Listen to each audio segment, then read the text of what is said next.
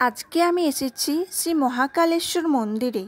এই মন্দিরটি কলকাতার খিদিরপুরে অবস্থিত।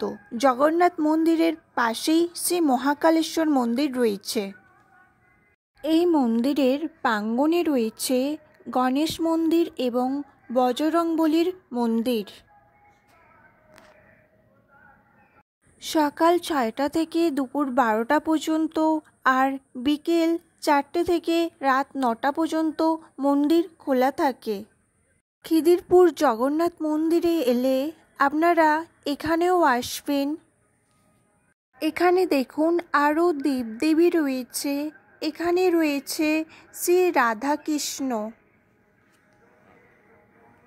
এখানে রয়েছে শ্রী দুর্গা মা। ভিডিওটি ভালো লেগে থাকলে আপনারা অবশ্যই লাইক করে দেবেন।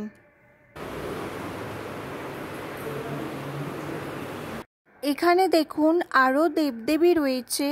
আমার চ্যানেলে নতুন নতুন ভিডিও পেতে অবশ্যই চ্যানেলটি সাবস্ক্রাইব করে দেবেন।